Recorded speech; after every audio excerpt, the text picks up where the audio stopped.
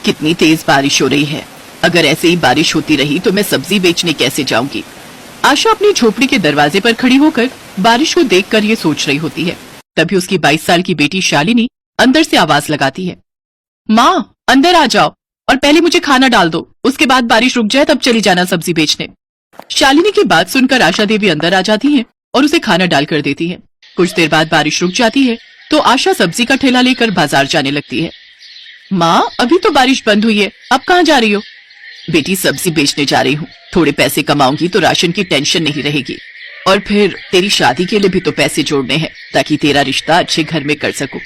ये बात तो आपने अच्छी कही माँ, मैं नहीं चाहती कि मेरा पति आपकी तरह गरीब हो, बल्कि मुझे तो कोई अमीर घर चाहिए जहाँ मुझे हर खुशी मिल सके। आशा चुपचाप सब्जी बेचने चली जाती है। फिर शाम को थकी हारी आकर खाना बनाती है और बर्तन धोकर रसोई की सफाई करती है, जबकि उसकी बेटी किसी भी काम को हाथ नहीं लगाती थी। ये देख आशा उससे कहती है, बेटी घर के काम सीख लो, आगे जाकर काम आएंगे। माँ मैं अमीर घर में शादी करूंगी ताकि वहां नौकर चाकर हो और मुझे कोई काम नहीं करना पड़े। शालिनी के सपने काफी बड़े थे और उसका ये सपना पूरा भी हुआ। जब वो गांव के जमींदार की बेटी की शादी में जाती है तो वहां अखिलेश नाम के एक लड़के से टकरा जाती है। अखिलेश एक अमीर घराने का लड़का था। शालिनी दिखने में काफी खूबसूरत थी, इसलिए अखिलेश को उससे पहली नजर में ही प्यार हो गया। पार्टी में शालिनी के बारे में जानकारी निकलवाकर वो अगले दिन ही अपनी महंगी चमचमाती गाड़ी में अपनी माँ रमोला के साथ उसके घर पहुंच गया, जहां अखिलेश की माँ रमोला आशा को देख कहने लगी, अरे आशा तू, ये तेरी झोपड़ी है? जी मेम साहब। तुम इन्हें जानती हो? हाँ ये तो आशा है जिससे मैं सब्जी खरीदती हूँ। इसका मतलब शालिनी तुम्हारी बेटी है? हाँ मेम साहब, लेकिन आखिर बात क्या है? माँ जी मैं आपकी बेटी को पसंद करता हूँ और उससे शादी करना चाहता हूँ।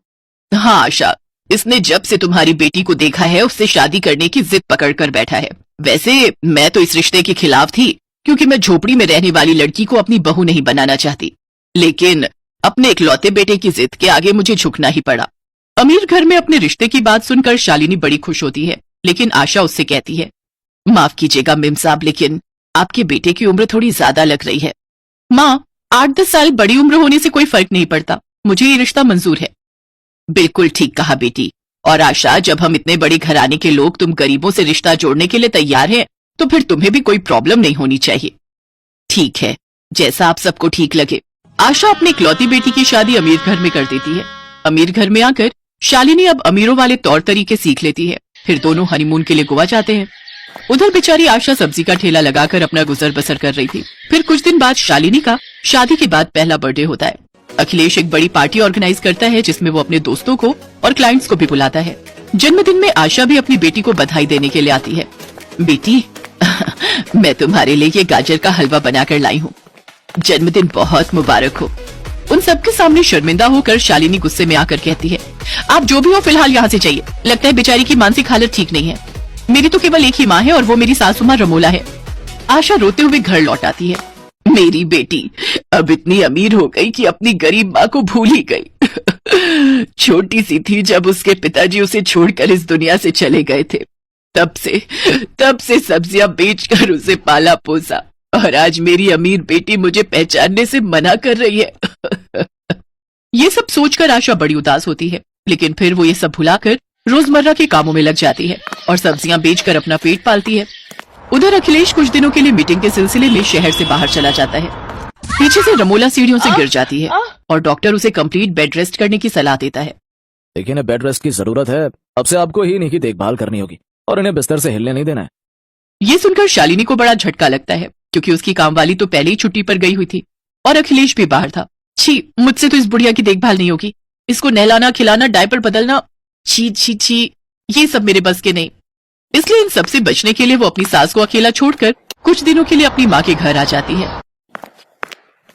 तू यहाँ अब क्या लेने आई है? ओफो माँ, तुम अभी तक गुस्सा हो। वो पार्टी कोई मामूली पार्टी नहीं थी। उस पार्टी में कई बड़े बिजनेसमैन आए हुए थे जिन्होंने अखिलेश जी को बड़े कॉन्ट्रैक्ट देने थे, इसलिए मुझे वो सब ड्रामा करना पड़ा। ये सुनकर आशा देवी को थोड़ी तसल्ली हुई। फिर उसने शालिनी से कहा, ओह अच्छा, लेकिन तुम अचानक से यहाँ, सब ठीक तो है ना? शालिनी उसे सारी बात बताती है। तुझे शर्म नहीं आई? अपनी सास को इस हालत में अकेला छोड़कर आ गई। खैर, मैं ये कैसे भूल सकती हूँ, जब जन्म देने वाली माँ की तू सगी नहीं हुई तो उनकी क्या होगी। ये कहकर आशा रमोला के घर चली जाती है, जहाँ वो देखती है कि रमोला बुखार से तप रही है। आशा उसके सर पर पट्टियां करती है और उसके लिए खिचड़ी दलिया बनाती है।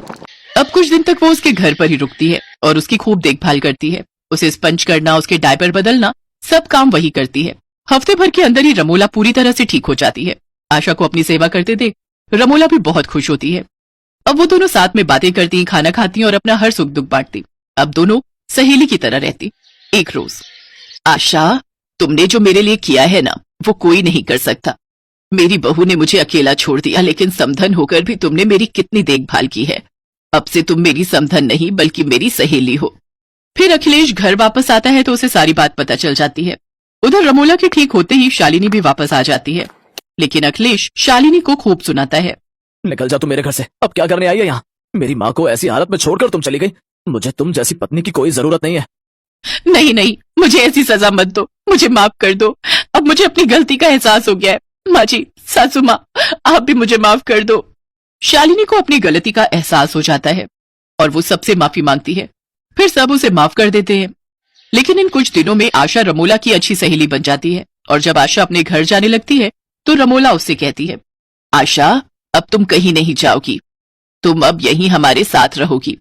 लेकिन भला मैं अपनी समधन के घर कैसे रुक सकती हूँ? समधन के घर ना सही, अपनी सहेली के घर तो रुक सकती हो ना। आज से हम समधन बाद में, लेकिन सहेली पहले हैं। और इस तरह एक गरीब समधन अपनी अमीर समधन की सहेली बन जाती है। अब वो सब एक ही घर में एक साथ खुशी खुशी रहने लगती हैं।